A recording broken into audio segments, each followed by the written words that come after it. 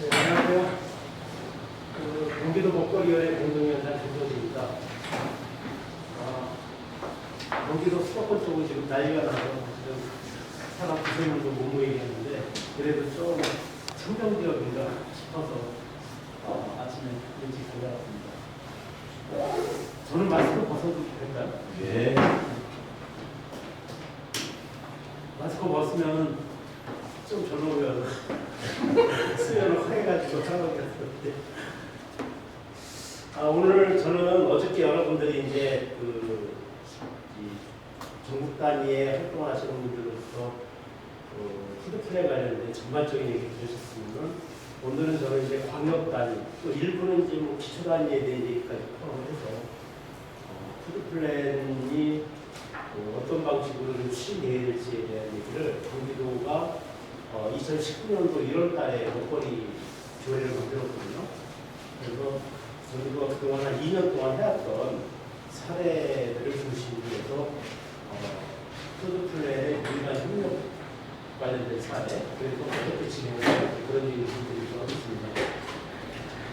여러분들 아시는 것처럼 민선 7기 들어서면서 우리 농정 영역에서는 이 먹거리 관련된 국가계획을 세우고 시군 단위, 또 국단위 계획을 세우는 것들이 굉장히 중요한 정책으로 마련했던 것처럼 또 한 측면에서는 민간 협치라는 것들이 굉장히 행정의 혁신을 위한 과제보다가 꽤 중요하게 이렇게 제시가 되거든요.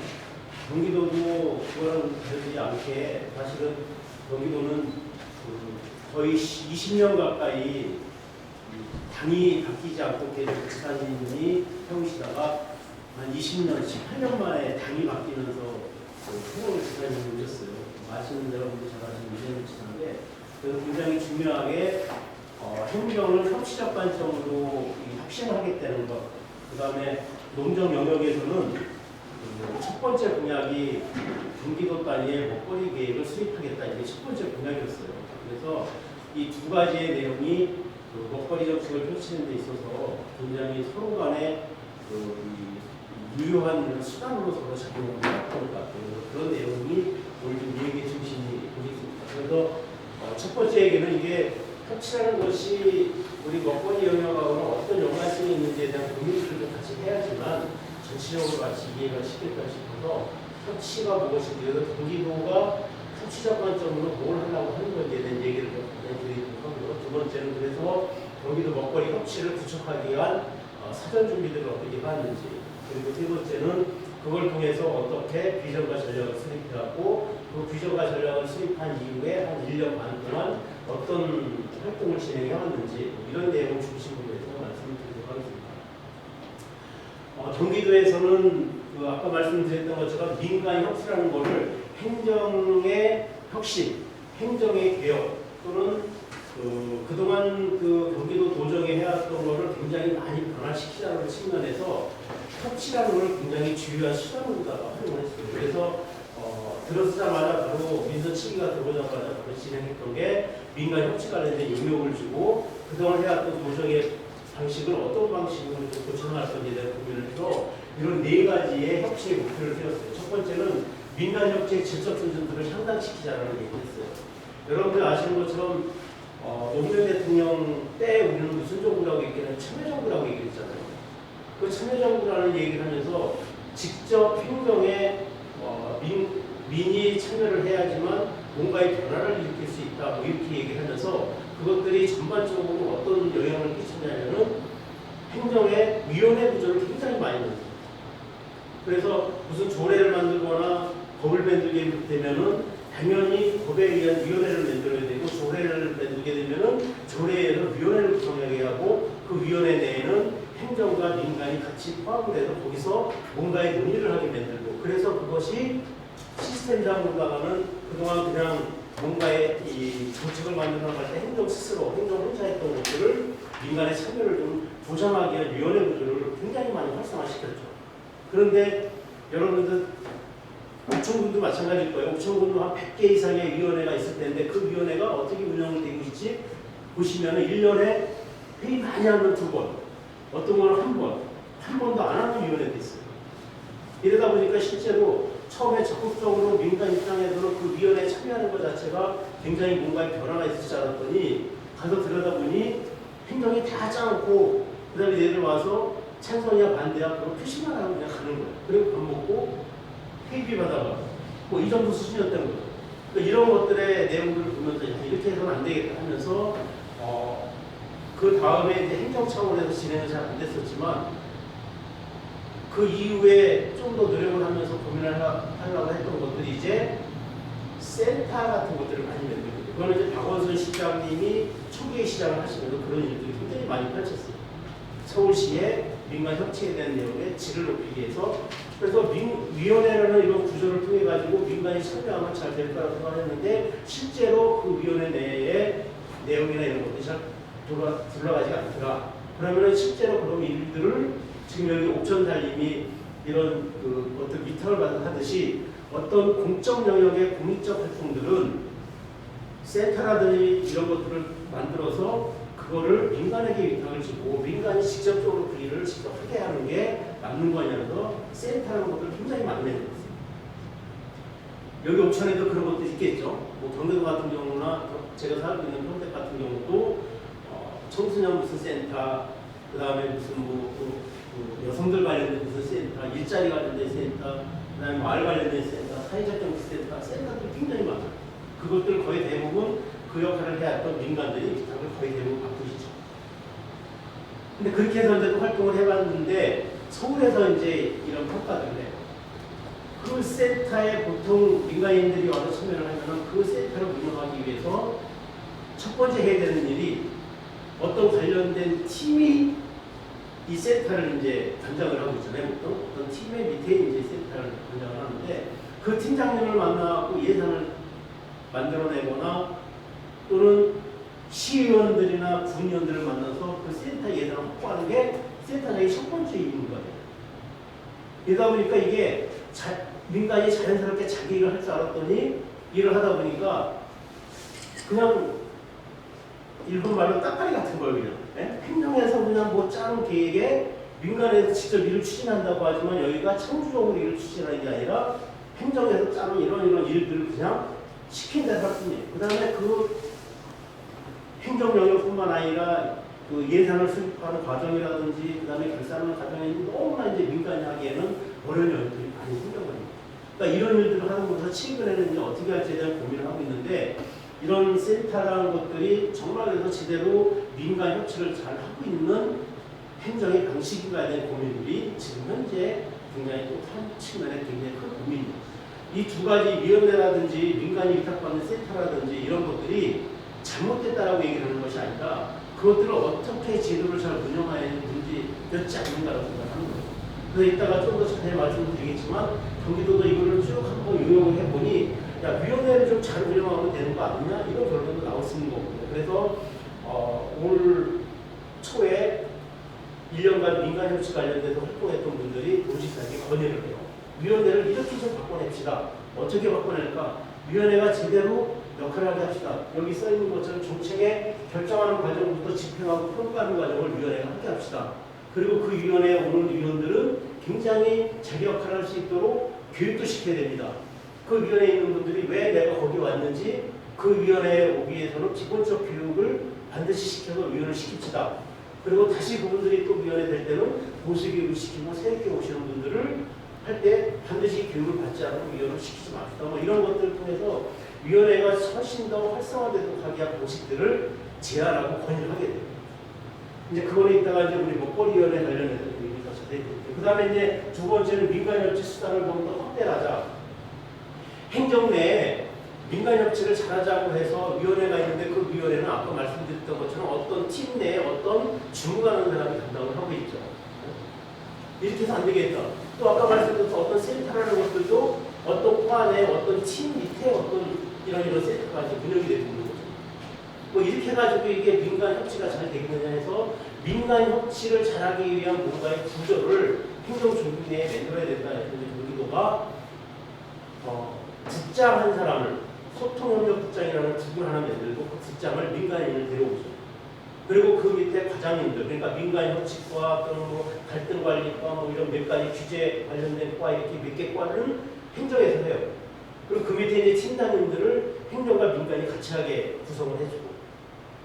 그래서 이제 국장이 이제 이렇게 민간노동자가 결합을 하고 그 위에 이제 경기도 같은 경우 부지사가 몇 분이 계시는데 크니까 경기도 부지사 같은 경우도 뭐 평화부지사 해가지고 그분이 이 소통협력국을 관장하는 이 부지사가 따로 앉히고 이렇게 구조개편을 이거는 바로 얘기 드렸던 것처럼 민간협조 수단을 확대하기 위해서 제도도 만들고 기구도 만들고 새로운 다양한 이 내용들을 만들어 나가는 거예요. 그래서 거기 경기도는 민간 협치 관련된 그쪽에 민간 영역에서 활동했던 분들이 거의 한 10분 이상이 여기에 참여를 하시죠. 국장도 있고 가장 유명한 계시지만 그 밑에 팀장급 되는 분들이 이제 역할을 하고 주무관급 되는 분들이 역할을 하고 있고 여러분들이 TV 통해서 많이 봤던 것처럼 갈등 관리 관련된 규제 완화 관련된 이런 과들이 계곡 무던장고 해가지고 했던 거 작년 여름에 싹 쓸고 막 이렇게 하면서 새롭게 만들어내고 지금 낚시터에 낚시하는 거 제재하고 뭐 이런 것들을 하여튼 이런 과들을 통해서 어떤 이 실물을 보고 있는 이런 과가 풀지 못한 이런 과제들을 이런 민간이 함께 좀 고민하면서 풀 수 있는 이런 지구들을 곳곳에 이제 만들어내는 거죠. 그 다음에 이제 세 번째는 민간 부분의 역할을 좀 확대하기 위해서 도정에 참여하는 인력을 높이고 단체의 직접 양성 확대를 위해서 지속성을 담보하자 해서 경기도 단위의 공익활동지원센터 이런 센터를 만들어서 그 센터가 민간 아까 말씀드렸던 것처럼 민간 협치 관련된 교육도 하게 하고 그 다음에 여기 이제 이런 거죠. 옥천달림 같은 경우는 활동을 해야 되는데 인적 인프라가 너무 적어요. 경기도 같은 경우도 굉장히 지역은 크지만 실제로 활동하는 활동가 대부분이 거의 다 서울에서 활동해요. 그러니까 경기도에서 무슨 센터를 만들거나 무슨 사업을 하거나 무슨 운동체 조직을 만들고 민간 단위를 만들면은 그분들이 같이 일할 수 있는 활동가들이 거의 어렵고요. 그래서 이런 활동가들을 인큐베이팅하고 그분들을 지원해주고 하는 활동들을 하는 이런 단체들이 필요하다 해서 공익활동지원센터 이런 것들을 번역 단위 만들고 이제 올해 내년에는 번역별로 한 4군데 정도 만들어서 민간 부분에서의 역할을 확대하기 위해서 정치를 여러 가지 많이 하고 그 다음에 도민 참여의 기회를 확대하기 위해서 이따가 우리 농정에 관련된 얘기도 드리도록 하겠지만 스위스가 하고 있는 직접 민주주의 같은 걸 한번 해보자 해서 이제 정책 축제 이런 걸 해요. 그래서 1년 내내 1월달부터 시작을 하면 1년 내내 한 6, 7월달까지 또 그 이전부터 계속 이 도민들이 원하는 주제들을 계속 받아서 이 받은 걸 가지고 온라인을 통해 들고 투표를 하고 투표를 통해서 모아진 주제들을 20개 정도를 골라서 그 20개 정도의 주제를 가지고 10월달에 행정, 의회, 민간들이 참여하는 이런 토론회장을 열고 이런 과정들을 이제 만들어 나가게 되고요. 그 다음에 주민참여예단, 옥천도 주민참여예단 하시겠지만 이런 주민참여예단이 실질적으로 활성화되도록 한 정도들을 몇 가지 이런 걸 통해서 도민이 직접 참여하는 이런 공간들을 확대 나가고 있습니다.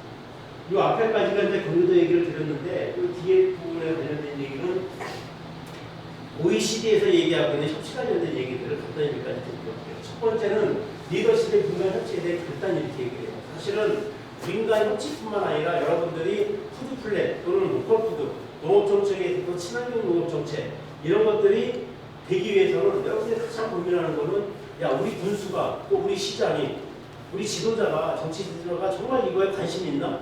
그래서 이 관심 있는 거를 잘 풀어나갈까? 이것이 가장 첫 번째라고 얘기하시잖아요. 어느 나라나 다 똑같은 것 같아요. 그래서 OECD에서도 리더십이 민간 협치에 대해서 또는 우리 정책에 대해서 얼마나 좋은 감정을 갖고 있고 그걸 풀겠다는 의지가 있는지 이것이 굉장히 중요하다는 거예요. 그 밑에서부터 보시는데 그 내용들은 다 비슷비슷한데요. 시민들이 정보에 접근할 수 있도록 하고 또 정책에 직접 참여할 수 있도록 하는 것을 행정이 동의를 해야 된다.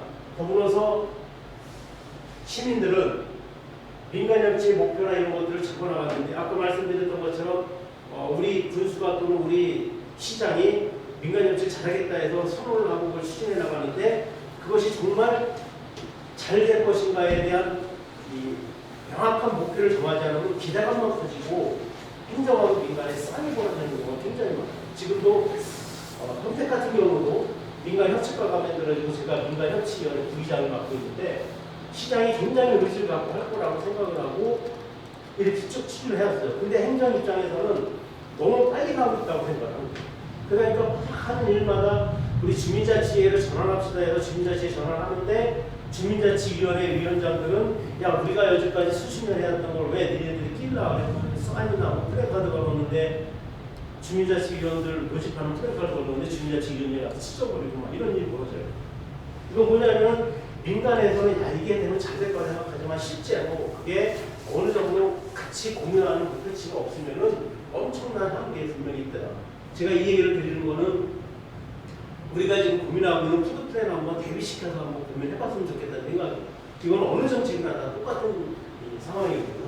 그 다음에 뭐 네 번째도 똑같이 참여 초기부터 준비하자. 그 다음에 모든 시민에게 공평한 참여의 기회를 보장하자.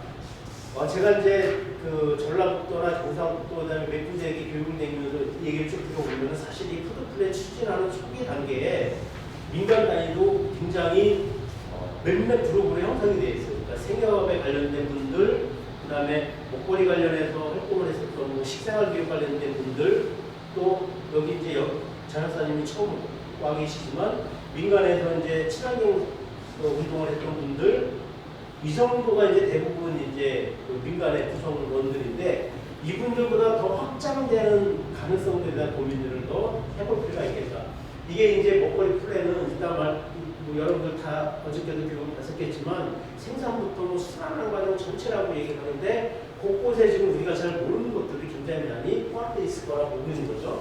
그래서 정말 모든 시민들에게 공평하게 참여의 기회를 우리가 보장하고 있는지에 대해서 한번 고려해 볼 필요가 있겠다.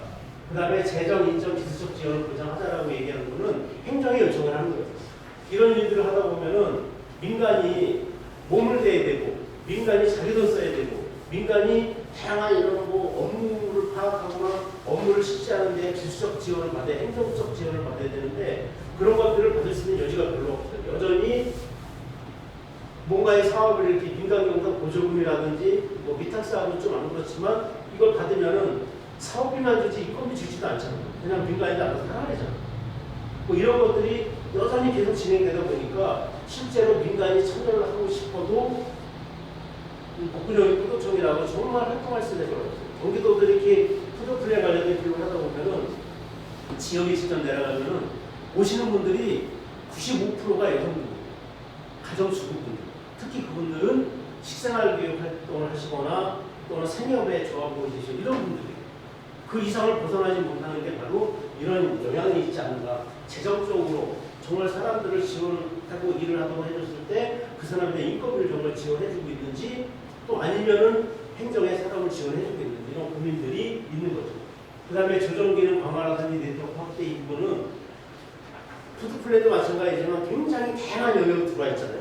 서로 다 이해관계가 달라요. 그래서 보장 영역에 관심 갖고 있는 분들, 그 다음에 학교 교육에 관심 갖고 있는 분들, 그 다음에 친환경이라는 영역에 관심 갖고 있는 분들, 또 나는 친환경뿐만 아니라 가공 영역에 관심 갖고 다양한 영역에 있는 분들이 다 이해가 다른데 이해가 다른 분들끼리의 이 네트워크가 이 푸드플랜인데 이 푸드플랜을 그럼 어떻게 조정을 하고 무엇이 올바른 것인지에 대해서 누리는 목표가 무엇인지에 대해서 명확하게 확보하는 것 이것을 컨트롤할 수 있는 이런 조정 기능들이 우리 내에 있어야 되겠다 이런 얘기를 하는 거죠. 그 다음에 시민 참여의 평가 방식도 굉장히 중요한데 서울시가 시장이 있을 때 마지막으로 민간 협치에서 제일 고민했던 게 행정에서 이 일을 협치를 하는데 협치적으로 일을 잘 풀고 있는지에 대한 평가 기준을 만드는 거죠. 그래서 이거를 공무원의 성과지표로다가 만들겠다는 것까지 고민을 했어요. 그래서 이거를 이제 준비하는 과정에서 이제 고인이 되시고 이거를 풀려고 하는데 안 풀리는 거죠. 행정 입장에서는 어려움이 있는 거예요. 근데 그거를 이제 받아서 추진하는 게 경기도예요. 경기도는 지금 내년부터 하겠다는 계획을 세우고 좀 고민하고 있는데 평점의 한 3점 정도가 굉장히 높은 거죠. 그죠? 공무원들 평가지 하는 경기도가 협치에 대한 평가 지표를 한 10가지를 만들어서 공무원 평가를 하게 될 텐데 그거를 3점 정도를 지금 올렸어요. 인사과에서는 좋겠다 이렇게 판단해서 지금 짜고 있는 중인데 이렇게 지금 협치적으로 일을 잘하겠다는 건 뭐냐면은 행정에 계신 분들 입장에서는 굉장히 어려운 일인 거죠. 사실. 이거는 거의 싸우다시피 해야 되는 거고, 정말 이 내용을 민간인도 혹시 너무나 힘들다고 얘기하든지 행정은 굉장히 어렵다고 얘기하는데 이 일을 그냥 서로 안 하려고 하는 거거든요. 석택 같은 경우도 이 새롭게 유통가를 만들고 그 유통가 내에 코스프레 관련된 거, 로컬푸드 관련된 거, 공공구식 관련된 거 팀을 만들었는데 공무원들이 서로 안 오겠다 해갖고 이상하다는 거 하여튼 그 과에서 관련된 과에서 이렇게 서로 안 가겠다 하면 이렇게 배치해주잖아요. 이렇게 해서 사람들이 그러니까 이 일을 담당하는 과장님이 너무나 일이 힘든 거예요. 이런 일은 뭐냐면은 어떻든 그 일을 하는 데 있어서 인센티브가 있어야 되기 때문에 그래서 협치적 관점으로 일을 푸는 거는 다양한 곳에 있을 수 있는데 모든 부서에서 이런 일들을 협치적 관점으로 풀도록 하기 위한 평가지표 이런 것들이 꼭 필요한 거 아니냐 얘기를 하는 거고 마지막으로는 시민연령 강화 프로그램이 필요하다. 얘기를 드렸던 것처럼 첫 번째 뭐라 그랬어요? 이 리더십의 민간 협치에 대한 결단 이렇게 얘기를 했는데 OECD에서 얘기할 때 맨 마지막에 얘기한 게 시민의 역량 강화 프로그램을 실행해야 된다는 얘기를 하고 있는 거예요. 이 두 번째부터 어떻게 보면 9번째까지의 내용들은 방식을 어떻게 할 거냐, 제대로 어떻게 만들 거냐 이런 식의 얘기를 하면은 첫 번째와 10번째 얘기는 뭐냐면은 리더십과 민간의 역량입니다. 아무리 리더십이 강하게 이 일을 추진한다 하더라도 민간이 준비되어 있지 않으면 절대로 쫓아갈 수 없다는 얘기고 또 아무리 이 리더십이 약한다 하더라도 우리가 시대적 흐름으로 갈 때 이 시대적 흐름을 만들어가는 시민의 역량이 있다는 걸 만들어낼 수 있는 여지가 최소한 50% 있다 뭐 이런 뜻인 거예요. 그래서 어떻게 보면 이런 이 고민들을 OECD가 지금 하고 있고 이런 거를 계속 요청을 하고 있는 것들을 한번 로컬 푸드라는 것 또는 푸드 플레이라는 이런 행정의 방식과 내용하고 결부시켜서 한번 고민해보면 좋겠다 생각을 하는 거고요. 그래서 그런 방식에 따라서 경기도가 한번 해보려고 하는 거예요. 왜 그러냐면은 아까 말씀을 드렸던 것처럼 경기도 도정에서 협치를 하기 위한 방식으로 민간 협치과를 만들고 협치를 행정의 중요한 그 과제로 갖고 가겠다는 게 이 민선 7기의 핵심이었는데 더불어서 농정 영역에서는 지역의 먹거리 계획을 세우겠다는 게 농정 첫 번째 공약이었거든요. 그러니까 농정의 첫 번째 공약을 실현하는데 민간 협치적 방식으로 풀어야 되는 게 옳은 거 아니냐라는 생각을 민간 영역에서 고민을 하고 있었는데 행정에서는 그렇잖아요. 여기 자치단체도 마찬가지지만 지방자치선거가 딱 시작이 되면은 행정에 있는 분들은 이 사람이 내는 거, 이 후보가 내는 공약, 이 후보가 내는 공약을 다 고민을 해요. 그리고 다 준비를 하잖아요. 누가 될지 모르니까. 완벽하게 이 사람이 된다고 생각하면은 이 사람의 공약을 미리 준비하겠지만 그렇지 않으면은 양쪽 공약을 다 준비를 하는 거예요. 그래서 행정에서 이재명 지사의 공약을 보니 첫 번째 공약이 플랜, 지역 먹거리 계획을 세우겠다는 게 첫 번째 공약인데 이 먹거리 계획을 세우려면은 뭐가 필요한지를 공무원들이 고민을 한 거예요. 일단. 그래서 이제 농정 국에 있는 농정과에서 이제 고민을 시작을 한 거죠. 그런 고민을 하다 보니까 공무원이 이런 생각을 한 거예요. 공무원들이 이거 쭉 고민해서 경기도의 먹거리 전략을 수립하려고 하는데 이게 어디서부터 시작을 해야 될지 이걸 한 데가 아무 데도 없는 거예요. 서울시가 처음 시작을 했는데 서울시권은 경기도나 기계부는 서구는 이 생산 영역이 전혀 없는 거예요. 그러니까 서울시가 없고 할 수 있는 것 같지도 않고 하니까 이런 고민을 하다가 이거는 이제 행정의 고민이에요. 어떤 행정에서 한 팀장이 고민을 해보니 먹거리 전략을 수립하려고 보니까 너무나 복잡한 거예요. 그냥 경기도가 추진하고 있는 일에 대한 것만 한번 확인해보니 제4차 국민건강증진계획, 제3차 식품안전관리기본계획, 제2차 국민건강관리기본계획, 제2차 식사안전기본계획, 농업농축 및 식품안전산업발전계획, 제4차 친환경 농업 육성계획 이런 것들이 농협국 내에서 하고 있는 일인데 이거에 맞춰갖고 4년 계획, 5년 계획을 계속 수립하고 있는데 이 계획들이 다 들어가게 생긴 거예요. 먹거리 계획을 세우려고 하다 보니까. 거기다가 경기도가 특자적으로 하고 있는 경기도 복지계획에서 먹거리 보장도 해야 되고 그 다음에 공유농업이라는 거를 그 이전에 지사가 추진을 쭉 해왔는데 이것도 집어넣어야 될 것 같아요. 로컬푸드도 하겠다고 얘기를 하고 5개년 계획을 수립했으니 로컬푸드 기본계획도 집어넣어야 돼요. 그러니까 푸드 플레이라는 것들을 행정 입장에서 볼 때도 이걸 어떻게 풀 건지를 고민해보니 이렇게 너무너무 많은 기본법, 일반법, 경기도에 있는 조례 이런 것들이 다 걸려있는 거예요. 이게 고민이 엄청나게 많았겠죠. 이 담당 팀장이. 그리고 이제 또 다음에 고민을 해보니 이런 것들도 이제 막 복잡해지는 거예요. 아까는 복잡하다면 이제 이렇게 다양성이 있는 거죠.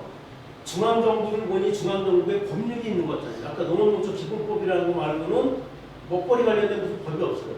그래서 지금 전국의 먹거리 연대라는 것들이 만들어져서 다음 대선 때는 먹거리 기본법이라는 걸 좀 만들어야 되겠다 이런 고민을 지금 하고 있는 것처럼 그 시기 그 당시에 중앙정부에는 먹거리 관련된 내용이나 법률 아무것도 없었어요. 거기다 이제 경기도 같은 경우는 31개 시군이 있는데 31개 시군이 농업을 하는 시군도 있고 도농복합 지역도 있고 농촌 지역도 있는 거예요.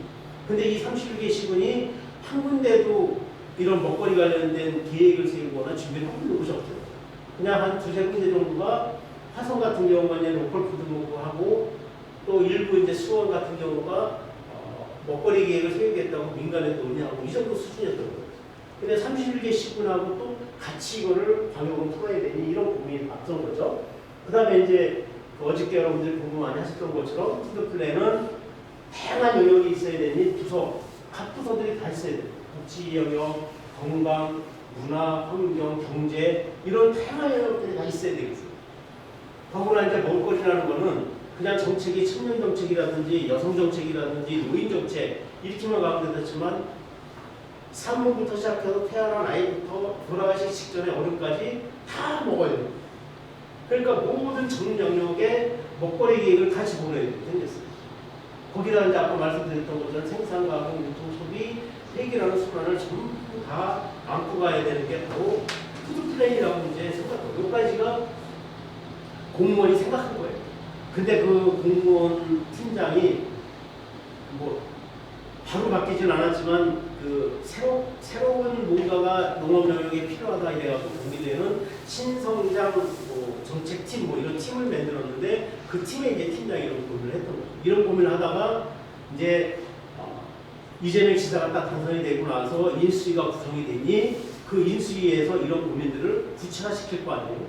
구체화시키는 과정들에 이제 민간 영역들이 같이 참여하면서 용역을 해야 되겠다고 생각을 했던 거죠.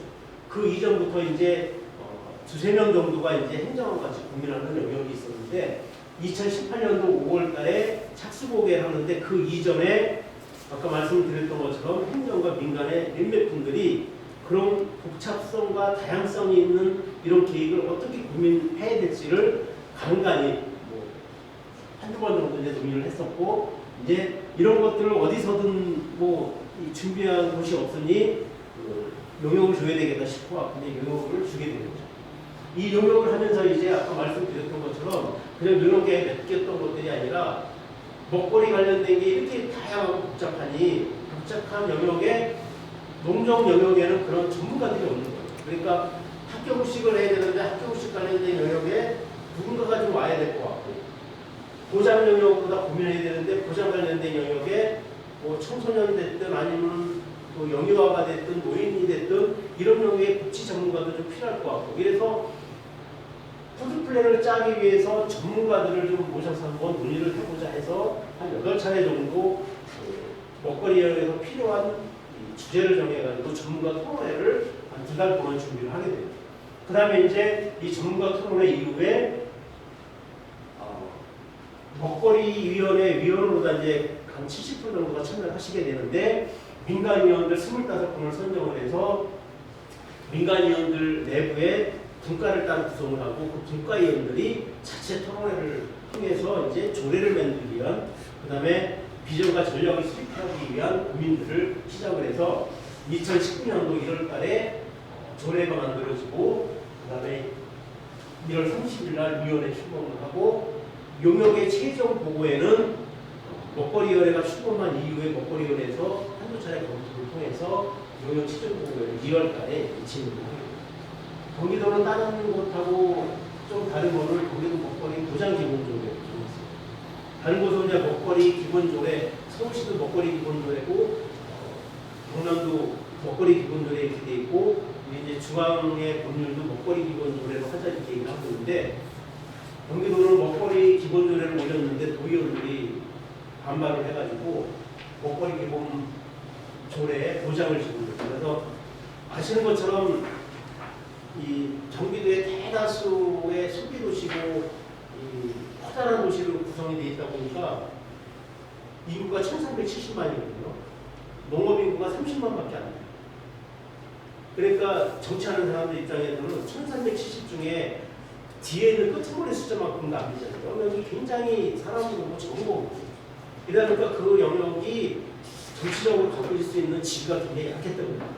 그러니까 대다수 도의원들 입장에서는 이게 먹거리 조례를 타면은 농정의 영역 같고 농업의 영역보다 굉장히 생각들을 많이 해서 이거는 하고자 하는 것이 경기도 1370만 도민들의 먹거리 보장이라는 걸 명확하게 해야 된다는 것을 굉장히 강조해서 한번 부결되고 먹거리 보장 기본으로 됐어요. 이렇게 하다 보니까 사실 조례를 만들고 할 때마다 예산 추계가 들어가는 거거든요. 이 조례를 만들었을 때 내년에는 예산이 어느 정도 들어갈 거고 그러다 보니까 이제 보장에 관련된 예산 추계들 굉장히 많이 올려서 그런 것들이 이제 그 비전과 전략을 수립할 때 다른 영역의 이런 내용하고 굉장히 많은 고민들을 하게 됩니다.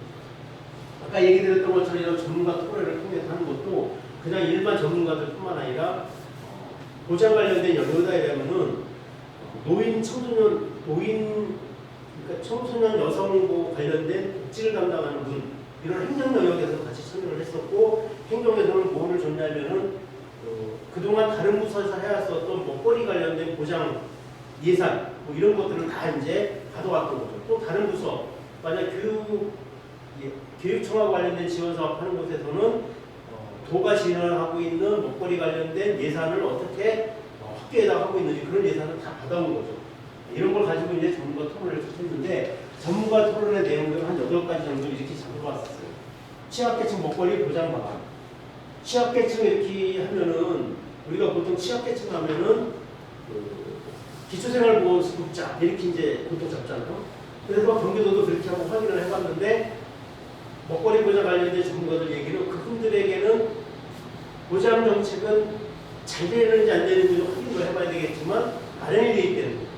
기초생활 수급자 관련해서. 근데 사각지대가 발생하는 게 차상위 계층에 대해서는 제도를 할 수 있는 여지가 별로 없다고 얘기를 합니다. 그러다 보니까 실제로 지역에 딱 들어가 보면은 취약계층의 먹거리가 보장이 안 되는 것들을 통계로 다 쭉 확인을 해보니까 농촌 지역의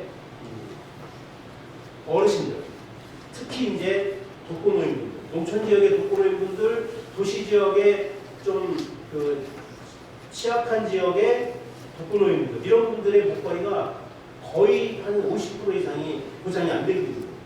근데 이런 것들을 제도적으로 보장하고 주고 있지 않은 모습이 이제 전문가들 통화를 통해 확인하기가 나타나는 거죠. 그러니까 어떤 것 같은 경우는 그 생활보호 대상자에게 여기저기서 지원이 너무 많이 가는 경우가 있는 거예요. 그래서 그런 분들이 막 파는 먹고 쌀 타서 먹고 여름에 과일 갖다 주는데 보통 과일들이 이제 그 열대 과일도 바나나, 파인애플 막 이런 거 갖다 주고 그냥 섞어서 가기도 하고 이런 모습들이 직접 지역사회 보장 협치에 활동하고 이런 분들이 보니까 너무 그런 사례들이 많은 거예요. 그럼에도 불구하고 실질적으로 사각지대가 또 너무 많아요. 그래서 이런 것들에 대한 고민을 좀 해본 거예요. 그래서 이 실제 조사를 확인했더니 결과 확인해보니까 경기도에 1370만 중에 경제적 이유 때문에 먹을거리가 부족하다고 얘기했던 사람의 비율이 3.9%가 나왔어요. 근데 3.9%를 이 숫자로 환산해 보니까 53만 명이에요. 53만 명이면 저 평택인구가 53만 명인데 그 한 도시만큼의 사람이 경제적 이유 때문에 먹거리 보장이 안 되고 있다는 게 통계상으로 나타나요. 그러니 우리가 지금 먹을거리가 넘쳐나는 세상인다라고 얘기를 했는데 실제로 이렇게 전문가들 갖고 오고 그 다음에 데이터를 갖고 와서 확인해 보니 이렇게 보장이 안 되고 있는 영역이 이렇게 빈 곳이 있구나라는 것들이 이제 나타나게 되는 거죠.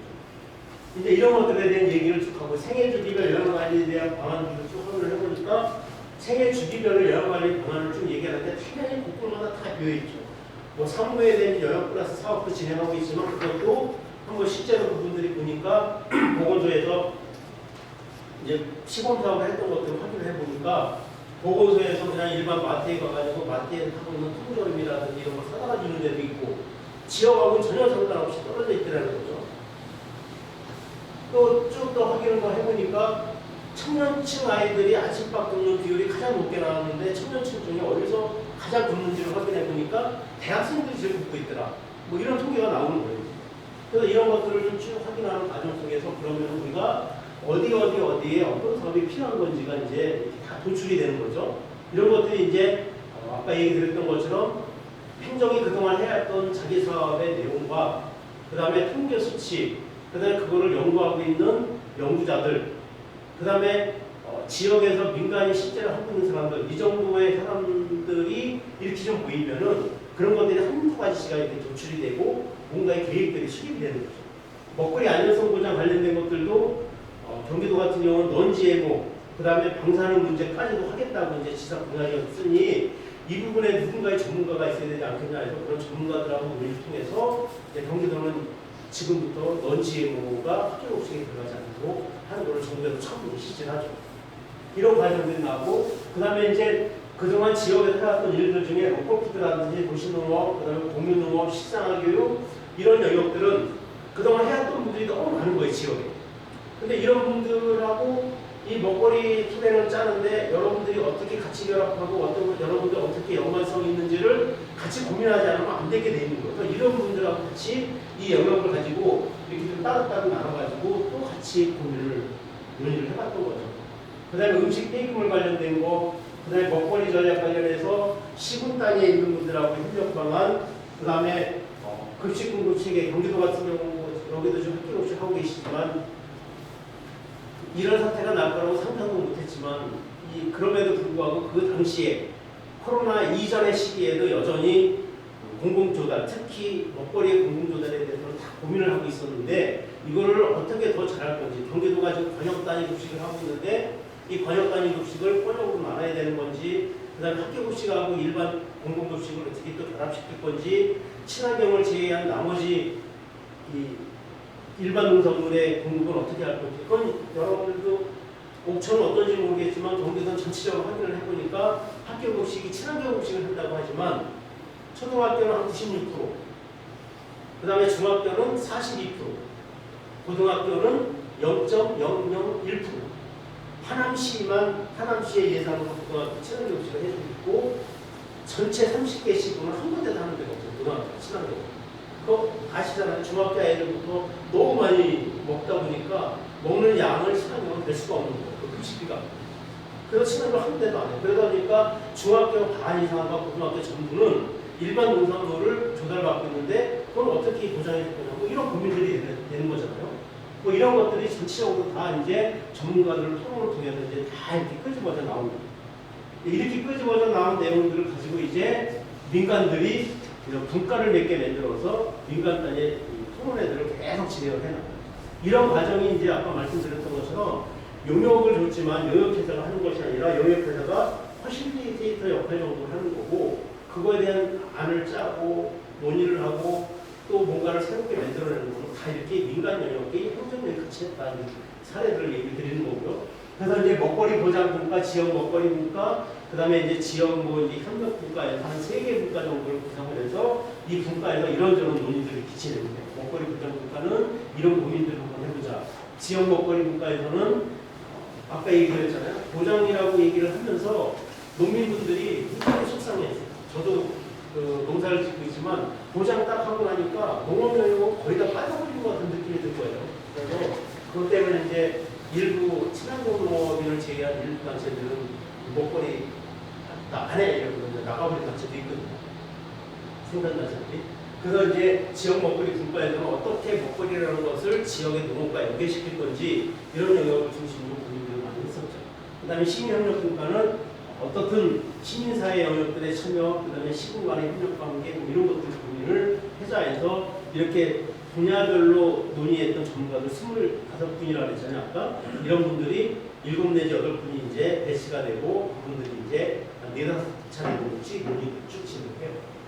여기에서 이제 아까 말씀드렸던 전문가 영역에서 나왔던 내용들을 가져와서 민간 영역에서 한번 고민해보고 민간 영역에서 어떻게든 먹거리 전략을 짤 건지, 그래서 중요한 내용들을 뭐로 가져갈 건지, 거기에 맞춰서 구체적으로 어떤 실천 내용을 해나갈 건지, 이런 고민들을 지금 했던 거죠.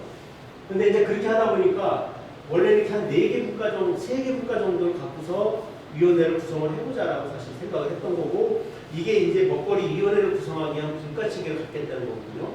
그러니까 아까 말씀드렸던 것처럼 옥천에도 100개 이상 되는 위원회가 있긴 하겠지만 또 100개 되는 위원회 내에 분과위원회를 따로 만들고, 그 분과가 독자적으로 자기의 과제를 가지고 논의를 하고, 논의된 내용을 전체 회의에 부의시켜서 그 갖고는 토론해서 심의하고 결정하게 하는 구조를 갖고 있는 위원회가 하나도 없을 거라고. 그래서 경기도도 그런 구조를 갖는 위원회가 없으니 먹거리위원회를 그렇게 한번 해보자 해서 이런 처음 시도부터 이렇게 준비를 해나갔던 거예요. 위원회를 구성하는 것 자체도 다른 위원회와는 다르게 구성을 해보자고 얘기를 했던 거죠. 근데 이제 그렇게 논의를 해봤는데 빠지는 게 또 생긴 거예요. 이렇게 국가를 만들어 놨는데 이런 거는 좀 빠진 거예요. 얘기를 해보니 사회적 경제와 먹거리가 연계돼야 되겠다.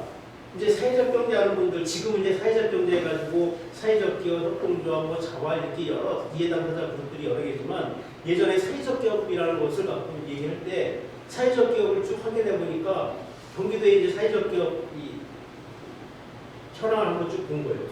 60% 정도가 다 먹거리 관련된 사업을 하고 계시는 거야. 뭐 도시락을 하거나 또는 뭐 배달을 하거나 또 가공을 하거나, 사회적 기업 중에 60%가 이런 사업을 하고 있어요. 그러니 먹거리 전략 쪽에서는 당연히 사회적 경제가 같이 해야 되는 거 아니냐라고 이제 고민하게 된 거죠. 그 다음에 마을 단위 공동체 사업을 굉장히 많이 하고 있잖아요. 센터도 만들고 마을 단위로 돌봄 프로그램 하고 다양한 걸 하는데, 여기에 있는 분들의 고민 중에서 큰 고민이 어떻게 먹을거리를 잘 구성할 건가도 굉장히 중요한 의제였고, 또 하나는 먹거리 가지고 동네 사업을 하면 너무 잘 됩니다. 그러니 먹거리 전략을 수립할 때 당연히 마을 공동체 사업 프로그램에 먹거리 같이 가야 되는 거 아니냐, 이런 이제 얘기가 나오게 된 거죠. 더불어서 이제 먹거리 선순환시기 관련해서 뭐 농정 영역에 있긴 하지만 정축산업 농업을 얘기를 한다든지, 이런 뭐 어떤 순환의 과정에 대한 거, 도시의 폐기물도 어떻게 잘 순환하도록 할 건지, 그래서 도시농업 영역은 또 뭘 할 건지, 이런 얘기들이 이제 고민돼서 나오고, 아까 말씀드렸던 것처럼 공공도시과 연계해서 생산체계를 어떻게 잘 구축할 건지, 이런 고민들을 어디선가 어느 국가가 해야 되는데 그런 국가가 잘 없는 것 같다 싶어서 국가를 새롭게 하나 만들어서 식생활 문화 국가 해가지고 이제 국가를 하나 또 만들게 돼요. 이렇게 국가를 만든 것도 이 논의를 통해서, 민간인들의 논의를 통해 보니 이 국가가 하나 수립이 돼야 되겠다, 이렇게 해서 이제 위원회를 구성을 할 때 4개의 국가를 위원회를 구성하자라고 조례에 이제 만들어서 집어넣게 되는 거죠. 이렇게 해서 이제 만들어진 게 경기도 먹거리 비전과 전략을 이렇게 만들어냈습니다. 도민 누구나 우수한 먹거리 보장받는 경기도라고 얘기해서, 아까 말씀드렸던 것처럼 보장을 첫 번째 이제 얘기를 한 거예요. 그러다 보니까 아까 말씀드렸던 것처럼 이 생산하는 생산 농민들이 좀 서운했던 거예요. 먹거리 선언을 하는데도 먹거리 선언 속에 농업에 대한 것들이 너무 낮게 들어가 있고 막 이런 불만들이 생겨서 참여했었던 우리 농민회라든지 한국연이라든지 농민단체들이 빠져나가버렸어요. 그리고 지금은 농민단체는 이제 친환경 농업인들하고 여성 농업인들이 참여를 하고 있는데, 그래서 이제 전략 방안에 대한 고민을 하면서 이런 먹거리를 보장하는데 이 방향은 지역 농업과 농촌이 연계되는 것이다. 그러니까 지역 농업 농촌하고는 전혀 상관없이 먹거리 보장을 하자라는 뜻이 아닌 거라는 것들을 갖고 굉장히 여기에 대한 내용을 많이 얘기해요. 아까 말씀드렸던 것처럼 지역 먹거리 분과라는 것도 있었잖아요. 이따가 좀 세부적으로 말씀을 드리겠지만, 지역 먹거리 분과에 이제 딱 들어가면 지역 먹거리 분과는 그런 거에 대한 고민들을 굉장히 많이 하는 프로그램을 갖게 되죠.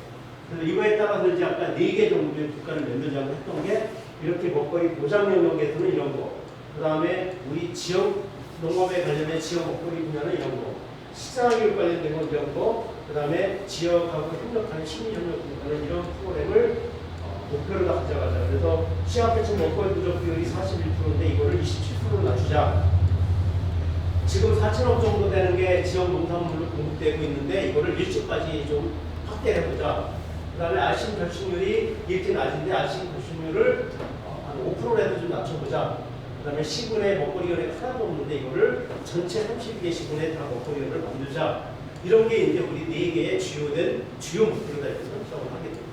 특히 이제 여기 두 번째 아까 말씀드렸던 공공 분야의 지역 농산을 하자는 거는 이렇게 먹거리 보장에 대한 고민들도 했었지만 농업에 대한 고민들도 해보니 경기도 농업인 숫자가 30만이라고 얘기했잖아요. 이 30만 중에 10% 정도 되는 좀 대농 또는 뭐 전업농이라는 분들이 농업 생산의 한 50%를 차지하고 있어요.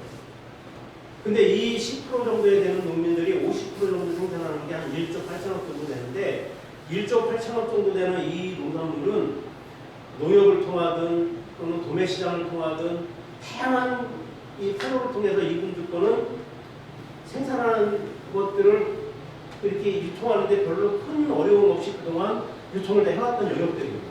그러니까 이분들은 여러분도 그런 농업농촌 얘기할 때 얘기 많이 하시겠지만 규모도 있고 오랫동안 농사져갖고 자본도 지갑되어 있는 분이다 보니까 모든 정부의 혜택을 또 이분들이 우선적으로 받게 됩니다. 직군대도 굉장히 많이 받게 됩니다. 이러니 이분들에 대한 고민들보다는 먹거리 정책에서는 중위에 있는 농민들, 3,000평에서 6,000평 정도 농사짓는 중소농들에 대한 고민들을 더 많이 해야 되겠다는데 이분들을 확인해 보니까 이분들 숫자가 40%나 돼요. 이 40% 되는 분들이 실제로 농사 짓는 거 보니까 그분들이 한 43% 정도 농사 짓고 있는 거예요. 이게 한 1조 5천억 정도 돼요. 그러니까 이 40% 중위에 있는 농민들이 생산하는 1조 5천억에 관련된 이 농산물을 공공영역에 좀 조달을 해주는 것이 이분들이 농사를 지속 가능하게 할 수 있는 거 아니겠느냐라는 이제 결과를 받게 돼서 중소농들을 중심으로 한 농산물, 여기에 이제 친환경 농산물, 뭐 무슨 농산물을 포함해서 이분들의 농산물을 공공영역에 조달해 주는 방식을 좀 고민해보자. 이것들이 이제 두 번째 평가에서는 굉장히 중요한 영역이에요. 그래서 4천억이라는 것들을 1조로 다 늘릴 때 이것이 여전히 지금 해왔던 방식처럼 대농을 중심으로 한 고민들이 아니라 중소농들에 대한 고민을 어떻게 평가학습에 평가에 대한 고민을 적었다 이렇게 보시면 되겠습니다. 여기에 따라서 이제 다양한 이런 목표들을 세우게 되는데 3대 수준 전략, 9대 전략 과제, 그 다음에 여기에 맞춰서 이제 기본 계획을 쓰는 거예요. 아까 말씀드렸던 것처럼 먹거리위원회가 1월 20일 날, 1월 30일 날 출범을 하고 그 다음에 뉴욕 결과가 2월 달에 수립되고 나서 이러한 주요 사업에 대한 논의는 각 분과별로 논의를 시작해요. 그래서 이 주요 사업에 대한 발표는 그 해, 그러니까 2019년도 6월 말에 지사가 이제 우리는 먹거리 관련해서 142개의 사업을 할 겁니다. 이렇게 제안해요. 이 사업을 쭉 보시면은 첫 번째 전략의 먹거리 보장 영역에서는 42개의 사업이 있어요. 그 사업에는 5년간 9,600억 원을 쓸 텐데 도비가 3,200억이 들어갈 거다. 이런 계획을 기본 계획을 수립해서 내놓는 거죠. 그걸 이제 2019년 6월까지 하게 되는데 그거는 아까 말씀드렸던 것처럼 전문가 토론회, 민간 영역에서 토론회를 통해 가지고 이런 기본 과제들을 다 우리가 만들어냈어요. 그 다음에 아까 말씀드렸던 것처럼 그런 다른 부서에서 하고 있는 사업 중에 이 사업이 우리 먹거리 영역의 사업이다 한 것들을 다 같이 끌어모아 본 거죠. 먹거리 취약계층 식재료를 선불로 지원하는 게 낫겠다. 뭐 이런 고민들. 이 첫 번째로 하면 두 번째 이제 아까 얘기드렸던 것처럼 산모에 대한 이 영양 플러스 지원 사업을 하고 있는데 정부에서 지원해주는 예산이 떨어지면 그 다음부터 도비하고 매칭이라서 안 갔거든요. 경기도 같은 경우는 민산부에 대해서는 무조건 다 해야 된다 해서 그 예산을 더 확대하고 그 다음에 이거를 지역의 친환경 농산물로 활동하기 위해서 친환경 농산물을 하는 곳은 더 추가로 지원해주고 이런 것들을 이제 기본 계획 속에 만들고 예산을 수립한 거죠. 그 다음에 우리 아이 건강관리 사업은 그 교육부에서 1, 2학년 아이들에게 진행했는데 이게 이제 먹거리 보장이잖아요. 취약계층에 대한 아이들을 생각해보니 취약계층 아이들이 어디 많이 가나 지역아동 센터에 많이 가 있는 거예요. 초등학교, 중학교 애들. 근데 거기에는 전학년 애들이 다 가 있어. 그러니까 지역아동 센터에다가 과일을 공급해주면은 취약계층 아이들의 영양이 좀 더 나아지지 않겠느냐라고 고민하는 거죠. 그래서 이제 이 사업도 제안을 해요. 이 사업을 제안하는 거는 과장님이 이제 이렇게 신규 사업을 할 때 이제 직접 가서 보고를 하는 거예요. 과장님이 보고를 하는데 이 과장님 입장에서는 한 3개 내지 4개 분 정도만 시범 사업을 하시려고 합니다. 예산을 한 30억 정도 잡아가지고 하려고. 그래서 이제 가서 보고를 했더니 이재명 지사가 너무나 좋은 사업 같은데 이거를 전체 30분 다 하면 예산이 얼마 들어가는가 물어봅니다. 근데 이 과장님은 그 생각을 안 하고 가십니다. 그냥 한 3개씩은 정도 하면은 그 정도 될 것 같다 생각하고. 그래서 그냥 대충 이렇게 생각해서 200억이다 이렇게 얘기했는데 실제로 이게 300억이 들어가는 사업이에요. 근데 지사가 그날 사인을 해준 거예요. 200억 하십시오. 그래갖고 원래는 도읍이 전체를 나가려고 했는데 어쩔 수 없이 시구비가 매칭이 돼가지고 사업을 해요. 그래서 지금 지역아동 센터 아이들에게 해주고 있는데 이게 이제 돌봄까지 가고 있고 돌봄 아이들까지 이제 올해는 할 예정이고 이렇게 좀 확대를 하는 거예요. 이런 것들이 그냥 만약에 행정부사에서나 민간 용역업체에게 만약에 어떤 이런 사업이 나왔을까 생각을 하는 거죠. 어떻든 이거를 고민하고 있는 지역아동 센터의 선생님들이나 또는 먹거리 보장 고민하고 있는 전문가들이 고민을 했던 거죠. 대학생 1,000원 뭐 아침 공급 사업도 마찬가지인 거죠. 아까 말씀드렸던 것처럼 아침 굶는 아이들의 이 비율을 쭉 확인해보고 어디가 제일 굶는지 보니까 청소년층 아이들. 근데 청소년층이 이제 뭐 학생들을 제외하고 나면은 여기 이제 근로하는 청소년들하고 대학생들이 대부분인데 대학생들이 이제 제일 많이 듣고 있더라고요. 그러니까 교육부에서 그때 이제 시범 사업을 하고 있었는데 이 지금 시범 사업 하고 있는 거를 경기도에 한번 확장을 해보자 했는데 1,000원 정도면 이제 도가 1,000원 지원해주고 학교가 좀 1,000원 정도 해주고 개인이 1,000원 정도 해서 아침밥을 아이들이 먹게 해주자는 거였는데 이것도 한 100억 정도 예산을 세워서 올렸더니 의원들이 확인을 해보니 경기도에 다니는 학생들이 굉장히 많잖아요. 학교가 많으니까. 근데 아이들 중에 경기도 출신의 아이들이 30%밖에 안 된다는 거예요. 그렇다고 70% 아이들은 딴 지역 아이들인데 이걸 지원해주면 되겠는데요.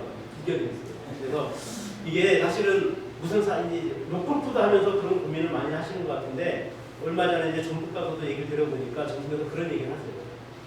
경기도 친환경급식을 하고 있는데 우리 저희 주변은 잘 아시겠지만 친환경급식을 하고 있는데 경기도 친환경 농업인이 한 6,200농가 정도 되거든요.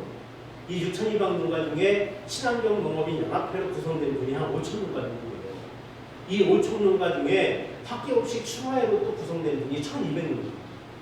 이 1,200농가들은 정말 높은 가격, 그분들은 이제 정당한 노동의 대가라고 얘기하고 그 정도 받아야 되는 얘기 하지만 그렇게 받고 있는데 그러면은 경기도 농담, 친환경 농담을 학교급식 다 못하잖아요. 친환경 학교급식 비율의 경기도가 한 62% 정도 되거든요.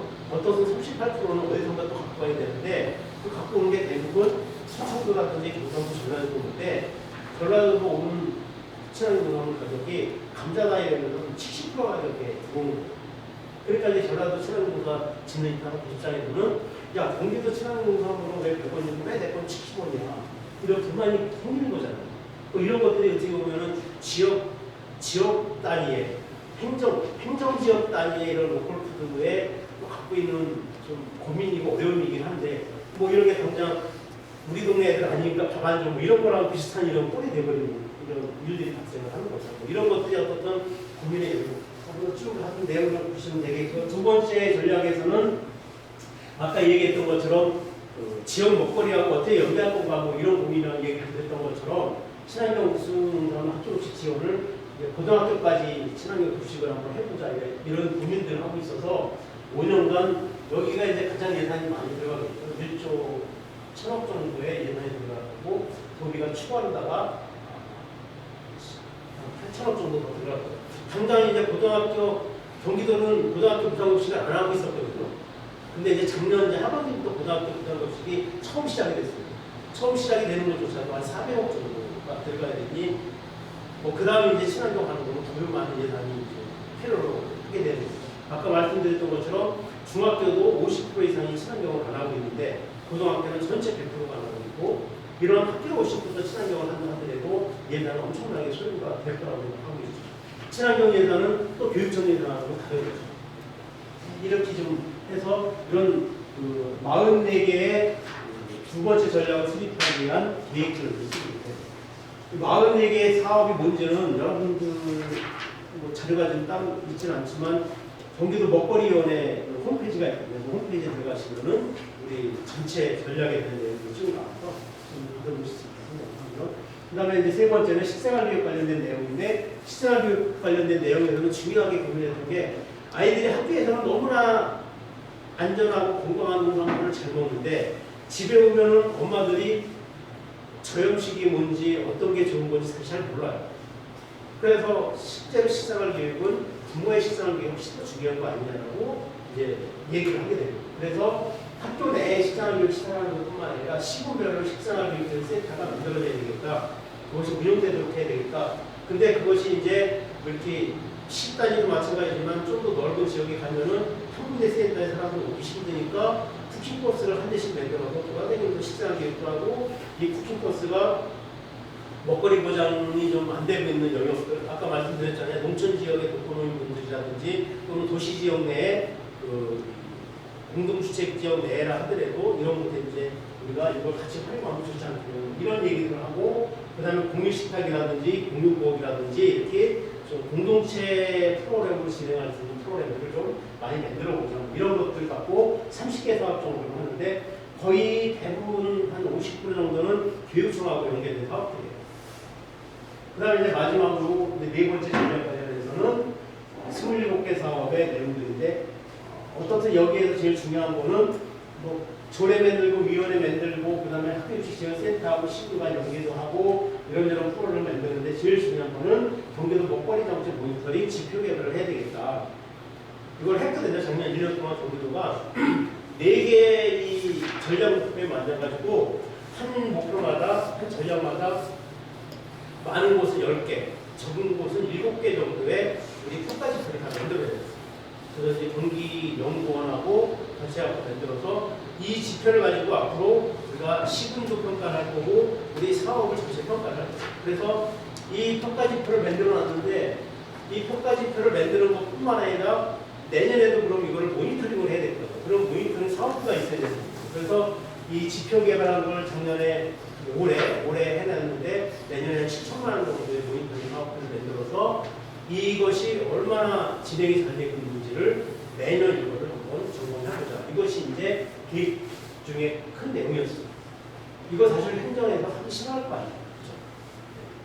그렇죠? 끊임없이 너 예산을 얼마 했고 그 예산을 어떻게 쓴 예산이 우리 랜드론의 세부 지표에 어떤 영역에 얼마나 선정했는지 얼마나 후퇴했는지를 확인을 하려고 하니 행정 입장에서는 힘들었을 텐데 어떻든 이 지표 개발을 하고 매년 평가하고 모니터링 하기 위한 계획을 세웠다는 게 굉장히 영역이 굉장히 중요하다고 하고요. 그 다음에 이제 좀 더 세부적인 사업 내용들은 우리가 진행했던 사업을 보면서 말씀을 드리도록 하겠습니다.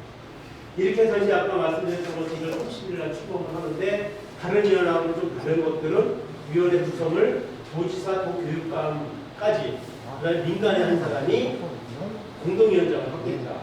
이게 이제 경기도도 150개 정도 위원회가 있는데 150개 위원회 중에 공동위원장이 도지사하고 민간이 같이 하는 것도 한 10대 군데밖에 안 되는데 교육감이 같이 하고 있다는 건 하나밖에 없는 거죠. 그래서 어떻든 지금 여기 장학사님도 와 계시지만 옥천 같은 경우도 할 수 있는 거잖아요. 시군 단위도 그런 위원회 같은 걸 구성할 때 시장, 군수 오고 교육감, 교육장이라고 그러시죠. 교육지원청장, 총장님 모시고 그 다음에 민간위원장 공부를 할 수 있는 그렇게 해야지만 급식 영역의 학교급식이 전혀 빠지지 않고 식생활 교육의 이런 내용들이 빠지지 않고 같이 변화될 수 있어요. 특히 요즘에는 도시를 목표해가지고 농촌에 대한 체험학습 프로그램들이 꽤 많이 진행이 되는데 이런 영역들도 먹거리 영역에 굉장히 중요한 수단이기 때문에 같이 해야 된다는 거죠. 그 다음에 기초단위에서 이게 어떻게 진행될지 모르지만 관역단위는 시장 분수들을 결합을 시킨 거예요. 시장 분수가 참여하는 위원회가 있는 거 이거 하나밖에 없어요. 그래서 소비지역인 대도시 지역의 도시지역 한 분, 농업지역, 도농국가지역 분들이 참여하는 거죠. 이제 뭐 자치단체 같은 경우는 전체 자치단체가 행정의 한 영역이기 때문에 따로 분리되어 있는 게 아니기 때문에 뭐 그렇게까지 할 필요는 없겠지만 그 밑에 의회 같은 경우는 좀 고민이 필요하다는 거죠. 여러분들이 조례 만들면 보통 조례 이제 위원회 구성할 때 보면은 관련된 상임위원회 의원님들이 당연직으로 한두 분 정도 오시는데 그분들 오시는 건 당연한 거고 먹거리는 아까 말씀드린 것처럼 다양한 영역의 분들이 오시다 보니까 교육청 관련돼서 이 상임위원회에 있는 분도 오셔야 되고 그 다음에 보건복지 영역에 있는 분도 오셔야 되고 그 다음에 전체 전 이 생애주기별로 모든 걸 포괄하고 있는 영역도 있다면 거기도 와야 되는 거예요. 그래서 여기 시 단위 같은 경우, 분 단위 같은 경우도 의원들이 만약에 단일적으로 온다면은 관련된 상임위원분들뿐만 아니라 여기에 영역별로다가 관련된 분들, 보건복지 영역이라든지 또는 뭐 기획재정위 같은 경우가 참여하는 거는 예산 수립할 때 좀 도움이 되도록 관계들을 모시고 이렇게 해가지고 이제 먹거리위원회를 구성을 하게 됐습니다. 이제 아까 말씀드렸던 이렇게 구성된 먹거리위원회가 몇 가지 이제 민간에서의 이 협력, 그 다음에 민관간의 협력, 관간의 협력 등 관련된 몇 가지 사례들을 좀 말씀드리겠습니다. 우리가 먹거리위원회를 만들면서 먹거리에서 제일 중요하게 생각했던 거는 경기도 입장에서 31개 시군의 먹거리 정책이 거의 비슷하게 진행되도록 하기 위한 민간 협력 조직을 만드는 게 제일 중요하다고 생각해요. 민간 구성수 조직입니다. 그러니까 뭐 충북이다라면 충북에 우리 옥천에 이렇게 지금 뭐 옥천 산림처럼 튼튼한 민간 조직이 있다면 상관없지만 그렇지 않은 곳도 굉장히 많기 때문에 그런 것들을 좀 하기 위해서 행정을 통해서 한번 만들어 보자고 생각을 했어요. 그래서 31개 시군 전체에다가 공문을 띄워서 민관 시의원이나 군의원 중에 한 분이라도 결합하게 해서 많은 곳은 뭐 10명 까지도 괜찮고 적은 곳은 5명이라도 괜찮으니 사람들을 좀 구성을 해서 올려보내달라고 이렇게 요청을 했죠. 이게 이제 2019년도 1월 달에 진행을 해서 2019년도 한 3개월 정도 이렇게 취합을 해보니까 31개 시군 중에 26개 시군에서 명단을 올려줬더라고요. 그러니까 이제 거기서 올라온 분들 숫자를 다 따져 보니까 한 200분 정도 있어요. 그러니까 이제 그런 생각을 한번 여러분들 해보세요. 광역 단위 또는 시군 단위도 마찬가지겠지만 한 가지의 주제를 가지고 행정하고 민간이 같이 협력을 해서 민간 협력 거버넌스 조직으로 200 내지 300명이 모이는 구조를 만든다는 것은 엄청나게 큰 신뢰가 있는 거거든요. 이거는 정치적인 영향뿐만 아니라 지역에서 이 사업을 풀어나가는 또 추동 주체를 만드는 굉장히 중요한 역할이거든요. 근데 이제 이것이 잘 구성되지 않았던 거는 경기도가 2019년 대지활동 때문에 모임 못하게 하고 올해부터 막 또 난리 나고 하면서 모임을 참여했는데 여러분들도 참여를 하셨을 텐데 녹지기가 있던 사고로 미팅 그 미팅에 이제 경기도는 그걸 좀 통해서 그런 조직을 해보자 해가지고 큰 공간을 2개 빌려가지고 우리 한 80명 정도 모였거든요. 1층, 2층 따로 해가지고 그때 우리 충북 같이 하셨었죠. 서울 그때 이제 경기도는 따로따로 한 40명 따로 구성을 했는데 일단 먹거리 정책을 지금 수립하고 있거나 또는 수립을 했거나 또는 시군 단위의 민간 조직이 있는 곳을 추려보니까 17군데 정도가 돼서 17개 시군 정도를 좀 중심으로 해가지고 이런 먹거리 정책 포럼을 좀 가져가기 위한 고민을 좀 하고 있어요. 이거는 사실 행정 입장에서는 굉장히 생각하기 어려운 측면도 있는데 이걸 민간에서 강력하게 요청을 해가지고 굉장히 중요한 사업으로 아까 얘기 드렸던 네 번째 전략에서는 굉장히 큰 사업으로 준비를 했어요. 그리고 이 사업에는 산업 인건비를 2020년도 한 사람 3천만 원 정도 세워서 이 사업을 진행할 민간 영역의 사람을 하나 주도록 하자는 고민을 해가지고 이거를 진행을 하고 있다는 거고 두 번째는 이 민간 협력 사업의 내용 중에 지역에서 우리가 잘 모르는 굉장히 많은 곳에서 보장 사업이 진행이 좀 되고 있어요. 근데 그건 어떻게 우리가 확인할 방법이 없어요. 근데 여러분들이 이제 지역 신문, 여기 옥천 신문도 있겠지만 지역 신문의 내용을 보시면은 보통 감자캐는 6월달 시기쯤, 그 다음에 고구마캐는 10월달, 11월달 김장철 때쯤 되면은 보통 농촌 지도자 연합회 또는 생활개선회, 뭐 농가주부모 이런 분들이 감자캐서 도와줬어요, 고구마 캐서 도와줬어요 이렇게 신문 많이 나오잖아요. 뭐 이런 것들뿐만 아니라 이렇게 일회성 사업뿐만 아니라 또 지역 내 공동체가 협력하는 다양한 사업이 있을 텐데 이 사업들을 발굴하자는 취지에서 시민단체 먹거리 보장 지원 사업을 굉장히 중요한 사업으로다가 보장 사업을 만들었어요. 근데 여러분들 아시는 것처럼 행정도 그렇지만 무슨 보장 사업, 무슨 지원 사업을 하기 위해서 행정의 예산을 따려면은 그 단체가 갖고 있는 자격을 요청을 하잖아요. 무슨 법인격이 있어야 된다. 최소한 협동조합이라도 돼야 된다. 아니면은 세무서에 신고하는 비용이 민간단체가 등록해야지만 되잖아요. 근데 곳곳에 보면은 아줌마들 5명 또는 3명 정도가 모여서 자기 동네 아이들의 육아돌봄도 하면서 먹거리 해주는 사람들도 있는 거예요. 근데 그런 분들은 전혀 그런 거에 혜택을 받을 수가 없는 상황이 된 거죠. 이래서 경기도에서는 먹거리 이제 이런 홈페이지 속에 어떤 걸 만들었냐면은 먹거리 단체 등록번호를 창을 하나 만들어놨어요. 그래서 5명 이상이면 되고 대표자 하나만 있으면 되고 대표자의 주소만 있으면 돼요. 그분이 여기 들어와서 내가 등록만 하면은 경기도가 진행하고 있는 먹거리 관련된 사업은 누구나 참여할 수 있는 자격을 부여해 줬어요. 그러니까 굉장히 많은 곳에서 뭐 신청들을 하는 거예요. 그래서 처음에는 아까 얘기드렸던 것처럼 이 사업을 받으려고 농촌 지도자연합회, 뭐 생활개선회 이런 분들이 많이 왔었는데 이 사업이 아까 말씀드렸던 것처럼 2019년도 작년에는 23개 2억 갖고 진행을 했는데 올해는 사업으로다가 사업을 진행했으니까 굉장히 많은 단체들이 참여를 해요. 100개 이상 단체들이 참여를 해서 그중에 심사돼서 이제 선정을 하는데 올해 같은 경우는 내년도 예산에는 지금 경기도가 기분, 소득 굉장히 많은 사업자가 다 나가서 사업장들에서 하려고 했는데 이거를 의원들이 굉장히 좋아해요.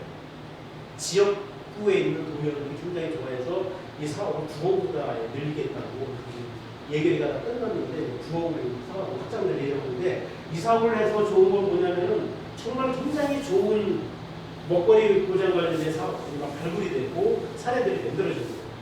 시사인에서도 나왔었고 국가보고서에 나왔었던 거 보신 분들 있을지 모르겠는데 군포의 맘마미아라는 조직이 지역아동센터 아이들이 지역아동 센터도 없는 곳에 좀 소외된 지역의 아이들이 노는 놀이터에서 쿠킹버스를 갖고 가서 이제 트럭이고 쿠킹 트럭을 갖고 가서 밥을 해주기 시작하면서 아이들 돌봄 프로를 하는 게 시사 1에 한번 나왔거든요. 근데 그 사례를 한번 쭉 얘기를 들어보고 이분들이 행정에서 지원을 받으려 했는데 너무 힘든데 지원 받기도 힘들고 그 뭐 예산 결산서 써내는 것도 너무 힘들고 그냥 우리는 그냥 이런 엄마들 돈 조금씩 모아서 하면 되는데 이제 이런 것들이 이렇게 이제 통해가지고 방법이 되는 거죠. 그래서 이제 이렇게 시군까지 다양한 시민단체가 자발적으로 먹거리 보장받기 지원되도록 하고 근데 올해 같은 경우에 코로나19로 굉장히 어려워졌어요. 그러다 보니까 여기에 이 사업을 진행했던 단체들 몇몇 군데를 불러가지고 코로나 시기에 먹거리 보장이 현장에서 어떻게 어려운지에 대한 것들을 우리가 토론회를 조직하고 이런 것들도 가능한 토론회가 만들게 되고 하는 거예요. 이것들이 저희들이 얘기했던 거는 이 사업을 진행하면 담당 주무관은 49군데를 다 돌아다녀요. 얼마나 힘들겠어요. 그래서 주무관 입장에서는 사업 늘리기가 싫은 거 아니에요. 그런데 이 주무관이 그냥 자기는 그분이 이제 한 4살 먹은 아이가 있는 여성분인데 자기는 도청에서 딱 퇴근하면 자기도 똑같이 4살 먹은 엄마 입장에서 우리 아이 먹을거리를 내가 잘 보장하는 일을 내가 하기 때문에 조금이라도 자기는 자랑스럽게 되는 거예요. 그래서 막 사업을 늘려도 상관없대요. 그래서 막 늘렸거든요. 내년 어떻게 할지 모르겠어요. 딴 데 가버릴지 모르겠지만 아무튼 이렇게 어떻든 주무관이 됐든 팀장이 됐든 어떤 분이든 한 분이 같이 민간의 이런 고민들을 같이 동의해주고 풀어주기 때문에 이 사업들이 가능했었다고 얘기할 수 있겠죠. 그 다음에 또 하나는 주민참여 예산 관련된 내용인데 이거는 아까 말씀드렸던 것처럼 주민참여 예산 관련된 거는 기획예산과의 사업이거든요. 근데 기획예산과하고 먹거리 관련된 우리 농정과하고 이제 고민들을 많이 하면서 풀어나갔던 거죠. 아까 말씀드렸던 것처럼 주민참여 예산이라는 것들은 여기도 진행하고 있을 텐데 보통 시민들이나 이제 국민들이 이렇게 예산 지원을 하게 되면은 이게 무조건 가는 게 이제 첫 번째 소관부서로 가거든요. 소관부서로 가서 소관부서가 이 사업이 주민참여 예산을 합당한 건지를 이제 평가를 해서 그 사업을 다시 기획예산과 연결하는데 보통 소관과로 가면은 소관과는 이거는 이런 사업하고 중복되는 사업입니다. 또는 이 사업은 우리 사업 계획에 있는 거고 내년부터 할 겁니다. 뭐 이런 이유 때문에 거의 채택될 확률이 없어요. 그래서 보통 주민참여 예산을 10억이든 20억을 세워도 실제로 집행되는 거는 얼마 안 되는 경우가 많은데 경기도는 그래서 이걸 바꿔낸 게 민간 협치형 주민참여 예산을 따로 구성을 했어요. 그래서 이거는 뭐냐면은 민관이 함께 고민해야 갖고 오는 사업. 이 사업은 소관부서 갈 일이 없는 거잖아요. 소관부서랑 같이 상의를 한 거니까. 그래서 이제 이런 사업을 많이 만들어 내자라고 이제 고민을 하고 먹거리위원회하고 이제 관련된 과하고 고민을 많이 했어요. 근데 이제 행정공무원들 잘 아시지만 제일 예산 들어오기 힘든 게 신규 사업 예산. 그 다음에 지금 이렇게 기축 예산이 있을 때는 행사성 예산. 이런 것들을 올리기가 힘든 거잖아요. 신규 예산은 정말 결단을 받아야 되는 거고 행사 예산은 기획예산과에서 무조건 잘리는 예산이 되면 안 되는데 경기도 입장에서는 이 먹거리위원회 입장에서는 내년에 꼭 필요한 사업들이 있었는데 이 사업을 본 예산 속에 세우기 어려운 상황인 예산들을 각 위원회에서 논의해야 그렇게 뽑아내는 거예요. 그래서 첫 번째 사업이 아까 얘기드렸던 것처럼 광역 지역별로다가 이렇게 푸드플랜 관련된 이 모임들을 진행하자라고 얘기했는데 그거 관련된 프로그램 운영비가 없었던 거예요. 그래서 푸드플랜 활동과 양성교육과 워크숍으로다가 예산을 좀 수립해야 되겠다. 이래서 이제 과하고 같이 고민을 해가지고 1억 6천만 원을 올렸습니다. 그랬더니 이것이 한 60개 정도 되는 사업 중에 두 번째로 채택이 됐어요. 그러니까 1억 6천만 원을 다 예산을 딴 거죠. 내년 사업. 그러니까 아까 얘기 드렸던 우리 먹거리 정책 포럼을 구성을 하는데 인건비는 받아왔는데 사업비가 없었던 거를 이 사업을 통해서 이제 만들어냈던 거죠. 그 다음 두 번째는 식생활교육 관련된 고민과 내용들을 하고 있는데 토종종자 관련된 그래서 중다양성 또는 환경영향과 관련된 거를 학교에 톡박하고 연계되는 프로그램을 하고 싶다라는 게 우리 먹거리 계획 속에도 있었던 건데 이 사업을 굉장히 교육청에서도 그렇고 사업을 세우기가 힘들었던 것 같아요. 그래서 이거를 요청을 해가지고 7억 9천이 아니라 이게 1억 9천인데 잘못 나왔네요.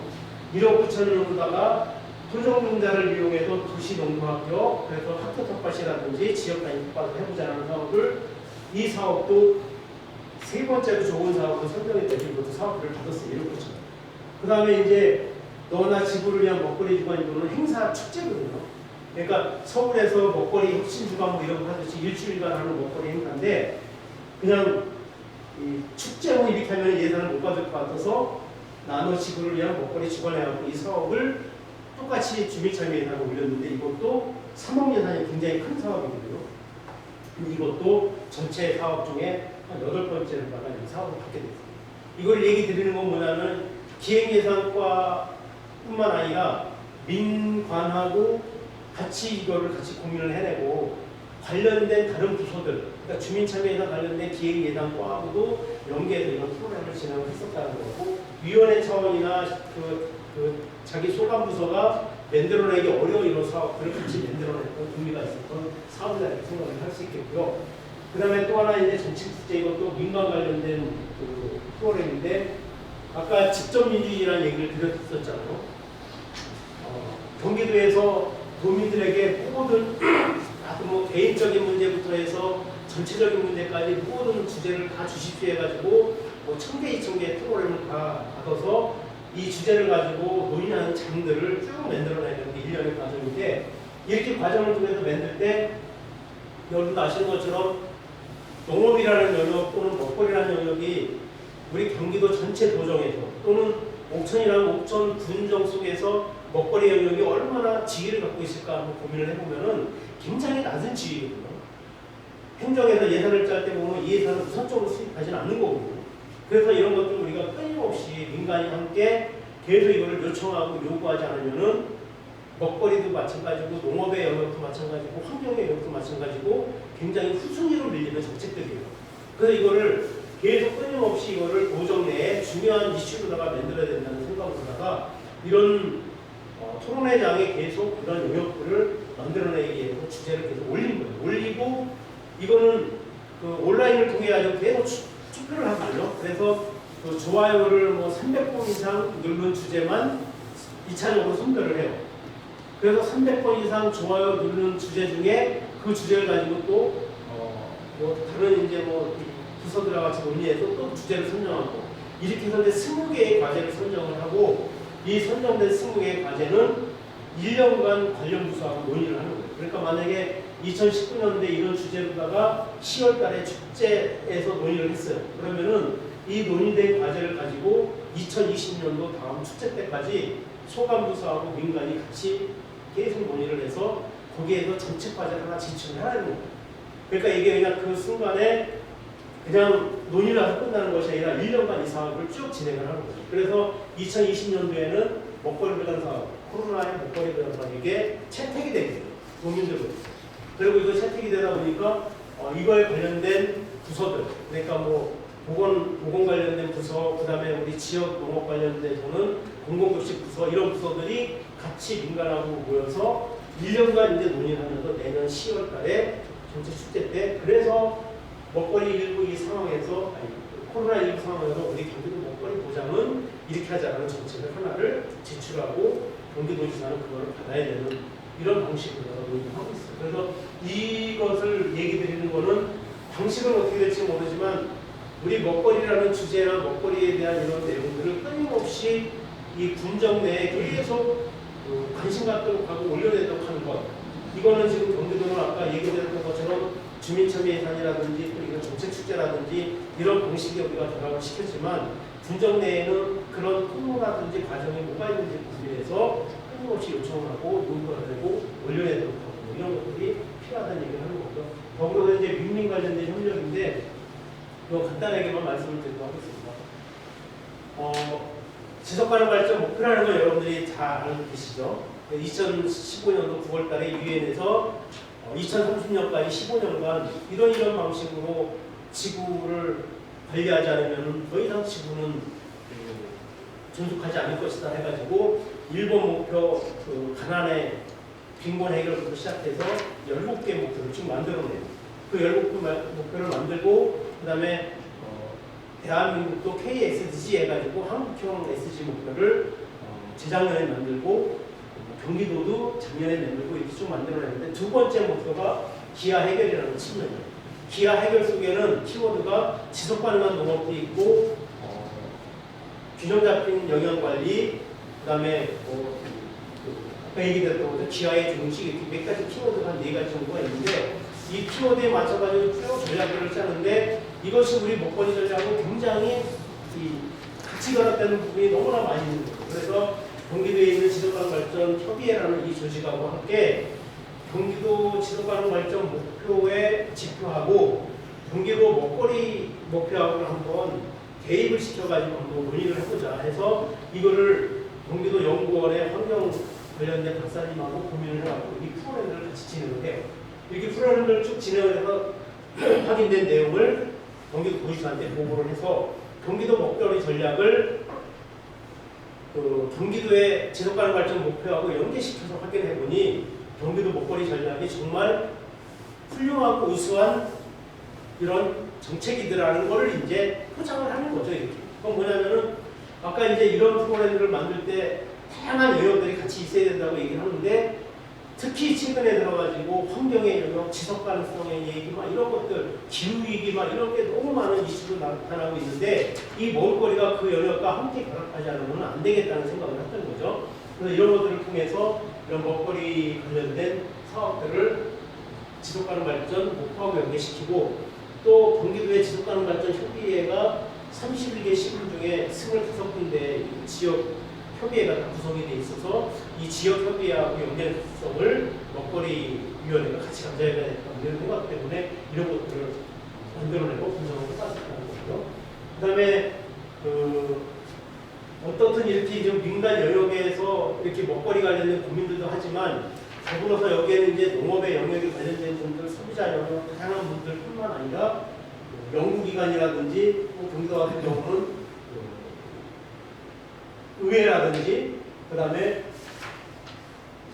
행정이라든지 이런 분들하고 하는 이런 틀을 좀 민간법으로 틀을 좀 더 넓게 가져서 먹거리 주제가 이 속에서 계속 논의되도록 하는 것들도 굉장히 필요하겠다. 이게 진행을 하시다 보면은 우리 이제 먹거리 관련된 게 지금 이제 여러분들 로컬푸드 영역으로 이제 활동을 하고 계시지만 로컬푸드 영역에 아까 행정에서는 팀장님이시잖아요. 그 위에 이제 과가 농업정책과다 이런 농업정책과다에 이제 이 먹거리 플랜 관련된 거를 어떤 팀이 이제 준비를 하시게 될 텐데 이 팀 한 영역 가지고 이 확장을 하기는 굉장히 어려울 거라 생각합니다. 그렇다고 이 푸드 플랜을 이제 전국 먹거리 연대에서는 먹거리 기본법을 만들면은 어느 장관으로다가 이 사업을 할 거냐 이렇게 고민을 할 때 먹거리는 특임 장관제로 둬야 된다. 이렇게 이제 우리 먹거리 전체 먹거리 기본계획을 세울 때는 고민하고 있거든요. 근데 이제 이런 자치단체 광역이라든지 또는 시군 단위에서 이 영역을 우리가 기획과로 간다든지 또는 좀 더 전체 영역을 권장하는 과로 가기에는 또 어려운 지점들이 있기 때문에 어떻든 좀 더 큰 영역에서 이 사업이 진행되도록 하기 위한 역할들을 민민 간의 협력을 통해서 좀 많이 만들어낼 필요가 있겠다는 생각을 해요. 그래서 민민 협력이 굉장히 중요하다는 생각을 드리고요. 그래서 이제 도시농업, 경기도는 도시농업이라든지 특히 이제 뭐 이 부분을 얘기 드리는 거는 경기도는 아까 농업인 숫자가 30만이라고 얘기 드렸잖아요. 도시농업 하는 분들이 110만 명이거든요. 어떻게 통계를 잘 보는지 모르겠는데 그러다 보니까 도시농업에 관심을 갖고 있는 의원들이 훨씬 더 많아요. 농업보다. 수원이라든지 용인이라든지 고양이라든지 막 100만 명 이상 되는 도시에 있는 도의원들은 이런 농업 먹거리보다는 자기 지역의 도시농업에 훨씬 더 관심이 많아요. 그러니까 이분들을 우리 영역으로 같이 끌어다니지 않으면 우리 사업을 확장이 어려운 측면들이 있는 거죠. 그래서 도시농업 하는 분들하고 굉장히 많은, 아까 우리 주민참여 예산으로다가 1억 9천 사업을 따내는 것도 도시농업 영역을 통해서 시장할 교육 또는 농업 영역에 대한 고민들을 홍보라든지 교육을 그렇게 통해서 해야 되지 않을까라는 생각 때문에 이렇게 확장을 하다고 생각합니다. 여기까지가 이제 제가 들 말씀을 마무리하는 건데요. 제가 한 가지 마지막으로 드리고 싶은 말씀은 그 얘기를 최근에 들으신 분들도 계실 텐데요. 2003년도에 브라질의 대통령이 새로 당선이 됐죠. 노동자 대통령이라고 전 세계가 그때 막 화가하고 난리가 났었죠. 진보 영역에 있는 분들은. 노동자 대통령 루라 대통령이 탄생돼요. 그리고 대통령이 두 번 바뀌어요. 그래서 3명의 대통령이 쭉 대통령을 해오면서 그 루라 대통령이 노동자 대통령이면서 굉장히 크게 했던 사업 중에 하나가 지역 단위의 먹을거리 계획들을 수립하지 않는 게 굉장히 큰 사업 중에 하나예요. 시작하자마자 그 사업을 진행해요. 그래서 벨로리 존치라는 시가 있는데 이 시는 먹거리 보장 사업을 전 세계에서 제일 잘하는 도시로 유엔에서 대회에서 이렇게 인정을 받고 있는 도시, 벨로리 존치.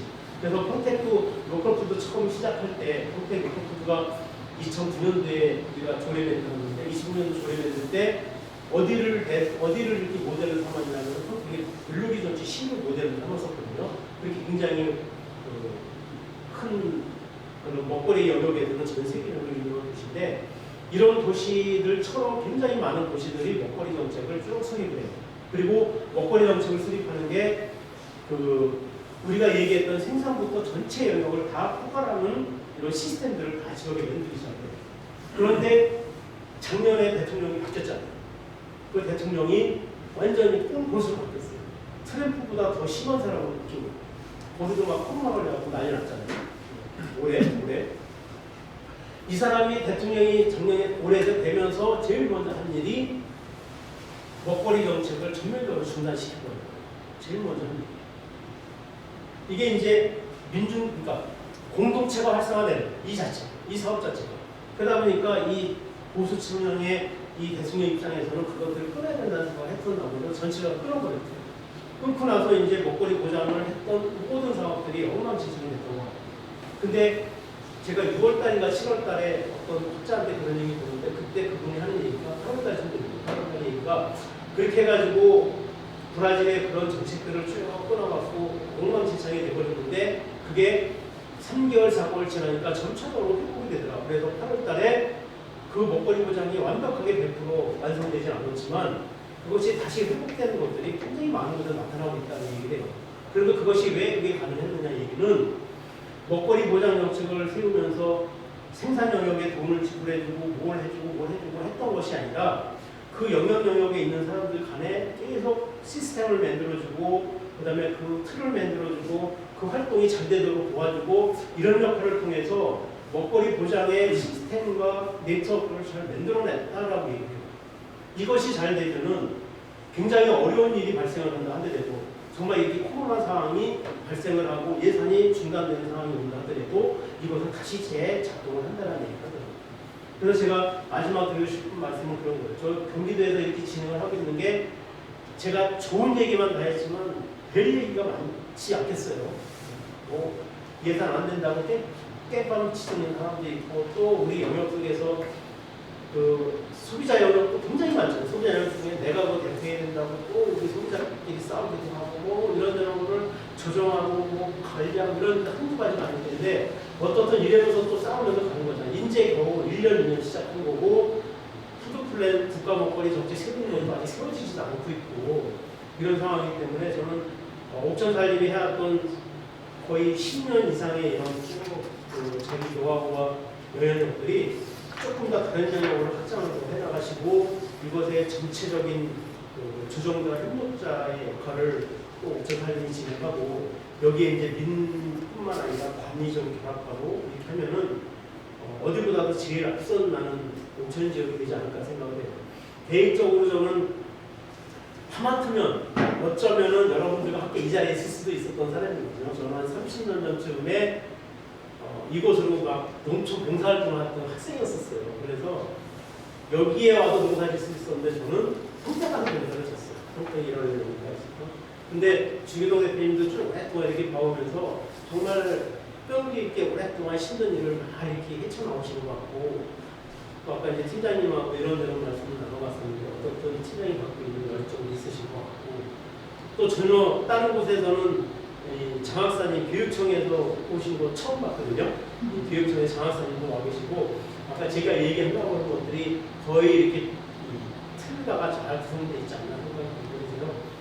충분히 옥천이 조금만 이 로컬푸드 이거를 좀 더 확장시키는 다 여러분들 했던 거 다 하나하나만 이렇게 쭉 나열하고 구성순위 정하고 이렇게 분야 나누고 다 비장을 다 생각해서 얘기를 하면서도 감사하게 생각하고 여러분이 하고 있는 것처럼 평택도 오늘 로컬푸드 우리 재단에 13명 직원을 오늘 임용장 주고 시작하는 날인데 제가 오늘 이사를 있거든요.